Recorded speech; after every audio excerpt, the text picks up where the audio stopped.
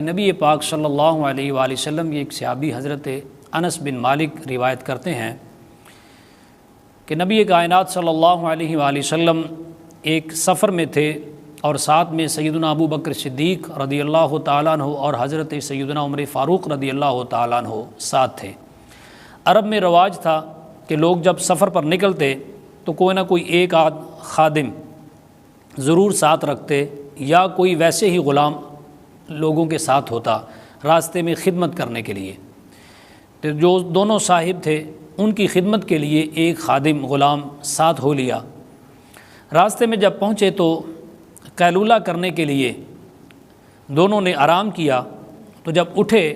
تو دیکھا کہ وہ خادم جو آپ کے ساتھ تھا وہ بھی سویا ہوا ہے۔ وہ تو خدمت کرنے کے لیے ساتھ تھا تو اسے چاہیے تھا کہ وہ کھانا تیار کرتا۔ جب دونوں اٹھے تو دیکھا کہ ہمارے خادم نے کھانا تیار نہیں کیا، تو حضرت ابو بکر صدیق اور حضرت عمر فاروق دونوں نے یہ کہا کہ ہمارا خادم اس طرح سوتا ہے جس طرح کوئی گھر میں سوتا ہے، اس کو پتہ نہیں کہ سفر میں زیادہ سونا نہیں چاہیے، اور دوسری بات یہ ہے کہ یہ تو خدمت کے لیے ساتھ آیا ہے۔ تو دونوں نے اتنی بات کی اور اس خادم کو جگایا اور کہا کہ اب کھانے کے لیے حضور سرور کائنات صلی اللہ علیہ وآلہ وسلم کی بارگاہ میں حاضر ہو جاؤ، ہمارا سلام عرض کرو اور ان سے عرض کرو کہ کوئی کھانے کے لیے سالن وغیرہ ہے تو وہ ہمیں دے دیں، ہم نے کھانا کھانا ہے۔ تو حضرت انس بن مالک کہتے ہیں کہ وہ خادم نبی کائنات صلی اللہ علیہ وآلہ وسلم کی بارگاہ میں حاضر ہوا، شیخین کا سلام عرض کیا اور حضور سے سالن کا سوال کیا کہ انہوں نے کھانا کھانا ہے تو سالن طلب کیا ہے۔ تو نبی پاک صلی اللہ علیہ وآلہ وسلم نے فرمایا کہ میرا سلام ان سے جا کر کہو اور انہیں کہو کہ تم نے سالن تو چکھ لیا ہے۔ اب وہ خادم حضرت ابو بکر اور حضرت عمر کی بارگاہ میں حاضر ہوتا ہے اور کہتا ہے کہ نبی پاک صلی اللہ علیہ وآلہ وسلم نے آپ کی طرف سلام بھیجا ہے اور یہ پیغام دیا ہے کہ سالن تو تم نے کھا لیا ہے، چکھ لیا ہے۔ تو وہ دونوں گھبرا کر اٹھے اور فوراً حضور کی بارگاہ میں حاضر ہوئے، عرض کیا یا رسول اللہ صلی اللہ علیہ وآلہ وسلم ہم نے تو سالن نہیں کھایا۔ تو نبی پاک صلی اللہ علیہ وآلہ وسلم نے فرمایا اپنے بھائی کا گوشت تم نے کھایا ہے۔ عرض کیا یا رسول اللہ کیسے؟ فرمایا میں تمہاری داڑھوں میں اپنے مردہ بھائی کا گوشت دیکھ رہا ہوں، تم نے اپنے خادم کی غیبت کی ہے۔ تو دونوں گھبرا گئے، یا رسول اللہ صلی اللہ علیہ وآلہ وسلم واقعی ہم نے یہ بات کہی ہے کہ ہمارا خادم اس طرح سوتا ہے جس طرح گھر میں سویا جاتا ہے۔ تو یہ بات آپ نے سنی اور فوراً عرض کیا یا رسول اللہ صلی اللہ علیہ وآلہ وسلم ہمارے لیے بخشش و مغفرت کی دعا کریں کہ اللہ تعالی ہمارا یہ گناہ معاف فرما دے۔ تو نبی کائنات صلی اللہ علیہ وآلہ وسلم نے ارشاد فرمایا کہ اس پر وہ خادم ہی تمہارے لیے بخشش کی دعا مانگے گا۔ اللہ اکبر۔ یہ دیکھیے کہ حضور صلی اللہ علیہ وآلہ وسلم نے دوران سفر ایک معمولی سے تبصرے کو بھی غیبت قرار دیا اور اس میں غیبت میں شمار کر لیا، کیونکہ دونوں شیخین جو تھے وہ ایک بڑے آدمی تھے اور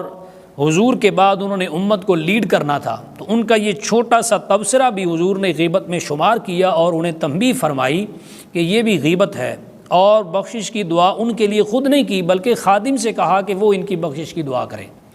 تو میں اور آپ اگر زندگی میں دیکھیں، اپنی ذاتی زندگی میں جھانکیں تو ہمیں ایسے کئی جملے، ایسے کئی تبصرے ہماری زندگی میں ملیں گے روزانہ کی بنیاد پر کہ ہم کبھی اس کو برا بھلا کہہ رہے ہیں، کبھی اس کی بات کر رہے ہیں، کبھی اس کی بات کر رہے ہیں، بلکہ ہماری تو بیٹھک ہوتی ہے جب 2-3 دوست بیٹھتے ہیں یا 2-4 رشتہ دار اکٹھے ہوتے ہیں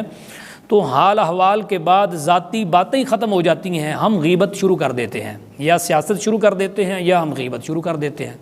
اور پھر اس غیبت کا جو اثر ہم پر پڑتا ہے، ہر خاندان میں لڑائی جھگڑے فساد اور فتنہ جو ہے وہ پڑتا ہے، اور